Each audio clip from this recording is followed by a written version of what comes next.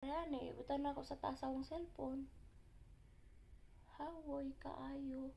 Sumunong wala na ko na ang video kaayo karon kay tumas hawoy akong kamoto niya, stress akong mind, akong emotional, akong physical and mind is very stress. I don't know.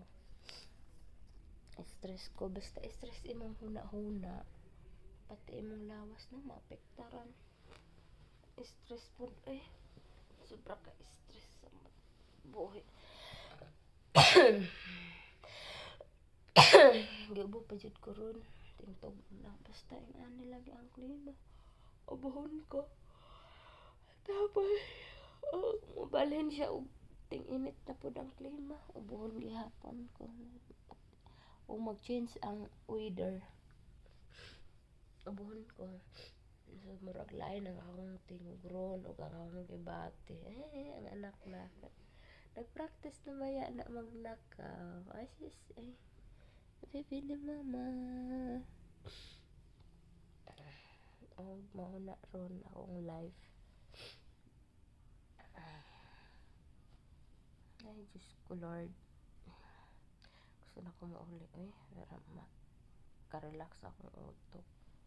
Ulang manggod kay kog tulog, di manggod ko katulog kay amot mong na ako muli sa bukid para makatulog og tarong hindot pangod magpuyo sa bukid kay peaceful imong utok ba no? Gusto ko magpuyo dito sa gipalit na ako nga lote na ako gipalit nga lote mga pero kamera mga isa ka hektara og tunga gusto na ako tunga i-develop maghimo ko payag dito para puy-an ako so diba kay gusto dyan ako magpuyo ko bukid para makatulog ko tarong no problema manggod din nakagpareani diri Saudi di ka makalanghang og fresh na hangin naaraman ko sa balay di pud ko ganahan magsipong ko des gawas kay lingaw so mas bet na ako ini na ako kay manan hilig man ko mananom og gulay hilig ko mananom og gulay sa bukid so inig na ako bukid malibre na mi sa imong gulay among problema ra is bugas so diba so maong gusto na ko magpuyo sa bukid.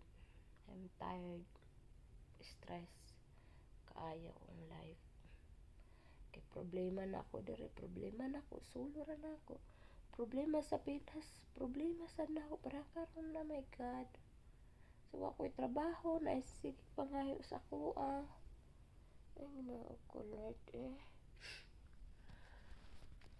kano sa pa man ko madato in town dili man ko ingon nga hindi ko madato jud kayo ko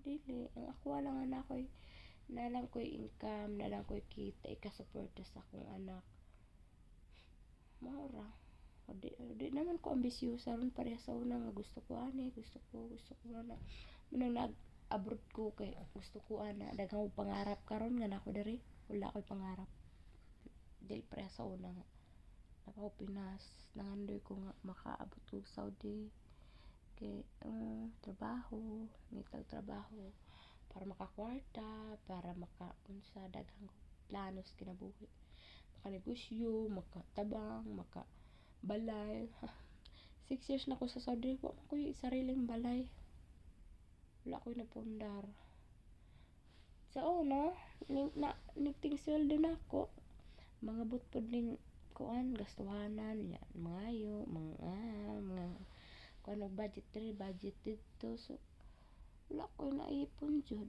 muli na lang ko wala pa ko'y Diyos ko tawaan jud ko sa among silingan ini muli ko no kay wa jud ko'y napundar muli ko pre ani muli ko nga akong anak may kwarta di katawaan mi sa mga silingan no kay pila ka tuig ko dero 6 years na ko still counting mag 7 years 8 years pa wala gihapon ko'y nakita sa ako ang life no nasayang ang panahon luoy na lang ko sa akong mga anak kay nang dagko sila nga wala ko. Akong Jacob, paglakaw na ako, 10 months pa siya. Karon 7 years na siya. Diba? 7 years na siya. Dako kayong panahon nga nawala ko sa ilahaw niya. Wala man lang ko'y naipon nga bisag unsa. Diyos ko niya. Wala ba ko nagapadala sa ilaha sa una. Sa una. Padala ko sa ra kay mas mauna na ako ang mga kaparintihan. Akong mga sides ako ang pamilya.